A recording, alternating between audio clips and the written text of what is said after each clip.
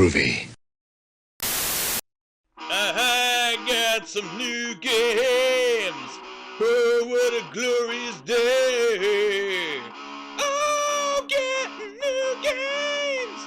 The kids show you can wait. Hey everybody, Jim here with another pickups video, and it's been a little while since I've done one of these. But I've picked up some pretty cool stuff in recent weeks. I would say in like the past month or two, I've made a few trips to some game shops and picked up some deals wherever I could find them. Also, for the past couple of weeks, I've been extremely sick. So if I seem like a little low energy or a little raspy today, that's because I had walking pneumonia and it wasn't fun. So, you know, but I'm feeling a lot better now. I got my jug of water by my side, delicious 7-Eleven branded bottled water, and I've got some video games to talk about. First up, some Sega goodness, actually 5 games here. 2 Mega Drive games that I was really happy to find at like really good prices. This one I think was $10. This game is Marvel Land, and this is a side-scrolling platformer by Namco. It takes place, I guess, the location is supposed to be a place called Marvel Land. It's got a very, like, theme park feel to it, so that, like, the backgrounds are littered with, like, Ferris wheels and stuff like that. And some of the stages even incorporate, like, theme park rides, so there'll be, like, roller coaster segments and things like that. It's a pretty fun platformer. When was this released? It's got to be 1991. So there's a 91 release from Namco. It's my understanding that this did not get a release outside of Japan, which is really too bad because it's a good platformer. I don't know if it's like one of the like best platformers on the Mega Drive, but certainly like worth playing. It stands up there with some of the better ones, I would say, and definitely like super colorful graphics and a pretty good soundtrack as well. So Marvel Land by Namco on the Mega Drive. This is a really good game. And then this one I was really happy to find. I think I picked this up for like $20, which was a good deal on it. The Japanese title is Same Same Same. But this was released elsewhere as Fire Shark, I do believe. It is a Toa Plan shooter. It's a top-down shooter where you have a biplane. I guess it's supposed to be like WW2 style, but they're like huge tanks and other things that like more like futuristic-y looking things that definitely were not rolling around in World War II. But I do really like this game a lot. I think it plays really well. The soundtrack is pretty good. The graphics aren't bad either. As far as Toa Plan shooters go, this one's up there with the best of them. I think I might even actually like this one more than Tatsujin or Truxton, which some people may or may not agree with me on that one. But I really like this one. I like the different weapon types. The big fire power-up, I think everybody knows, is like just so cool. So yeah, Same Same Same, aka Fire Shark. Really cool game. Glad to have that in the collection. And 3 Dreamcast games here. First up, this one I'd wanted to try for like a really long time. Could never find it for a price I was like willing to pay for it. This game is called Cool Cool Tune. And this is a game by SNK, or it's at least published by SNK. I guess they developed it as well. This is a rhythm game where all you're hitting is the A button, but you have to like time everything correctly, and then there's the center, and then there's a circle around it, so you have to use the joystick. So wherever the A button appears on the circle, you have to move the joystick there, and then hit the button in time with it, and then sometimes like rotate it around the circle. It actually does get kind of challenging as you progress through the game. But as far as rhythm games go, this is a really good one. It's a lot of fun. The graphics are awesome. It's super colorful. And the music is pretty good too. And this is another one that I do believe was never released outside of Japan, which again is too bad. It's a really, pretty standout rhythm game. And at a time when like Parappa the Rappa and Samba de Amigo and stuff like that was pretty popular, you'd think this would be a no-brainer to release everywhere, but they did not for whatever reason. But I got it now, and I'm really happy with it. Cool Tune on the Dreamcast, and a couple of shooters. First up, we have TriZeal. TriZeal is, who the hell made this? Triangle Service. This was part of the Shooting Love series, I guess. It's a top-down shooter, and I know there are other games in this series. There's something Zeal. It's like TriZeal and something else Zeal. The Zeal games, I think they're all actually in a collection on the Xbox 360 called the Shooting Love Collection. I like this game a lot. It's kind of a no-frills kind of shooter. Pretty run-of-the-mill, you might even say generic kind of top-down shooter, but I like it. Your ship can transform into 3 different forms, and each one has a different type of weapon, and you can get, your various power-ups, and every enemy you destroy drops point bonuses, so you can collect all those and get yourself a nice big high score. Graphics are pretty good. The soundtrack is pretty good too. Actually, I think I bought this. It came with the soundtrack. It's up here on the shelf somewhere. Actually, here. Yes. So I got it with this damaged CD case that it came with. But the TriZeal bonus tracks, it came with that. But yeah, TriZeal, pretty good shooter on the Dreamcast, released in 2005. So a few years after the Dreamcast was discontinued. One of my favorite things about collecting for the Dreamcast is they're always releasing new stuff for it, so TriZeal. And speaking of which, I finally got my hands on a copy of Sturm Wind by Red Spot Games. Sturm Wind is another shoot-'em-up, side-scrolling shooter. When was this released? It had to have been like 2010 or something like that. It doesn't say on the case. But this, an indie-developed game for the Dreamcast. And I like it a lot. You have a handful of different weapons that you can switch between, and it's pretty challenging in certain spots, almost frustratingly so, but still very, very fun, and the graphics are awesome. The soundtrack is fantastic. So yeah, definitely Sturm Wind. Whenever it was released, Durinik, Red Spot Games, whoever the developer and publisher, they did an excellent job on this. So if you have not played Sturm Wind before, I would highly recommend that you do. It's pretty damn cool, and there's definitely a review on this coming up at some point in the future. But Sturm Wind for the Dreamcast, like it a lot. Okay, moving away from the Sega goodness, we have a whole bunch of PC Engine goodness, which is some of my favorite goodness ever. First up, not a game though, a book, and this came courtesy of a fellow YouTuber by the name of Soft Otaku, which, if you've never checked out his channel before, I would highly recommend that you do. I'm going to put a link down in the description. Anthony, totally awesome guy, been on YouTube for quite a long time, makes great videos, and hopefully the next time he pops around to Tokyo, we'll meet up, we'll go look for some games, maybe grab some beers. But he was nice enough to send me a package that had Slim Jims and Frito-Lay jalapeno cheese dip in it. Because he recently took a trip to the States, I believe, and picked that stuff up for me. I kind of said it jokingly. I was like, hey, get me some Slim Jims and cheese dip. I really love that stuff. And he did. So he sent me Slim Jims and cheese dip in the mail, which I devoured like immediately. And he also sent me this. He had a bonus copy of this book, the PC Engine Complete Guide. And this book is awesome. It's just chronicling like every PC Engine game ever released, so you can look through it. You can look at all the different PC Engine games on HuCard and on CD, and it's just awesome. I mean, you can thumb through this and take a look at your own PC Engine collection.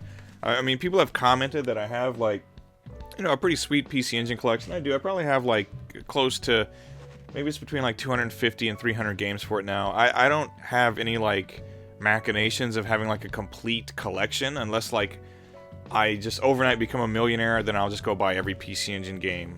But having a book like this that I can thumb through, and anything I don't have, I can just look it up, some quick screenshots and everything like that. It's nice. It's all full color. You get to see all the games and the names and when they were released and who developed them, and a quick blurb about what the game is, what it's about, what the gameplay is. So that's great. So definitely, yes, Soft Otaku, thank you so much for the complete PC Engine Complete Guide. And again, go and check out Soft Otaku, give him a sub, and tell him Jim sent you. I'm sure he'll be happy to hear from you. Okay, I got 6 new PC Engine games recently, and they're all pretty cool. I would say I have like one mediocre title in here. Everything else is pretty badass. First up, by Namco, we have a game called March and Maze. And March and Maze is It's a sort of a top-down kind of isometric view action platformer-ish kind of game. You have this little girl here, and she has her little bubble blower. It's just a straw. So, I mean, are they spit bubbles? I don't know. I mean, they're just supposed to be like regular bubbles, but it seems like she's blowing spit bubbles. But you can blow bubbles and throw them at enemies and kill them. But basically, all the, the boards are like suspended in midair, and there are no like railings or boundaries or anything.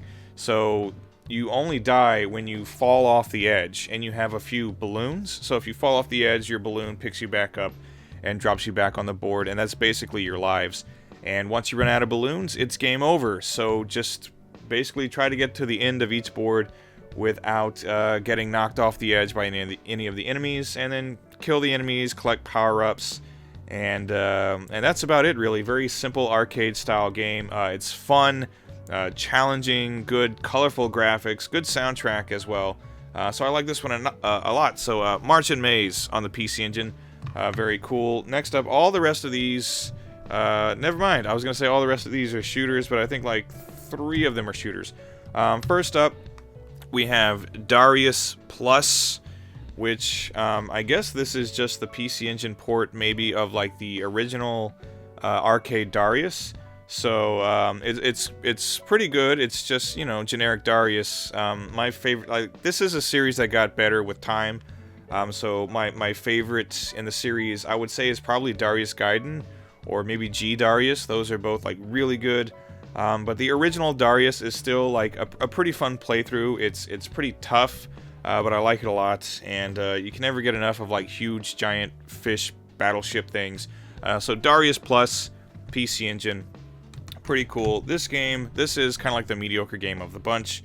But this is Legion on the PC Engine CD. This is, I would say, a fairly like standard generic side-scrolling shooter.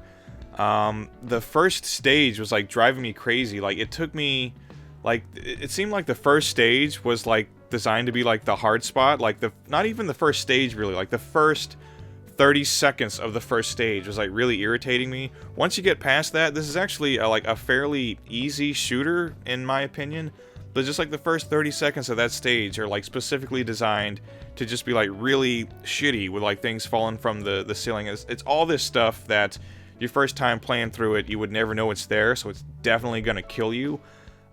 So most shooters, first stage, pretty easy, and then the difficulty ramps up. Here, like the first 30 seconds of the first stage were a pain in the ass, and then after that, it wasn't really that tough of a game. Also, they're like, for whatever reason, this is a Japanese game, but the voiceovers are in English, and it's pretty cheesy, pretty crappy reading of the dialogue. So I would say this is a mediocre shooter. I mean, it's not terrible. I did have fun with it. But definitely in the lower tier of shooters on the PC Engine. Luckily, it was only like $10, so I don't feel too bad about that. But anyway, Legion on the PC Engine CD. This one was a much better shooter, published by Riot and developed by Alpha System. This is Kaidan 00. And I had a lot of fun with this one. This is a side-scrolling shooter where you play as a giant mech, and all of the bosses are like giant mechs as well, and their designs look a lot like Godzilla, like kaiju monsters, like King Ghidorah and stuff like that.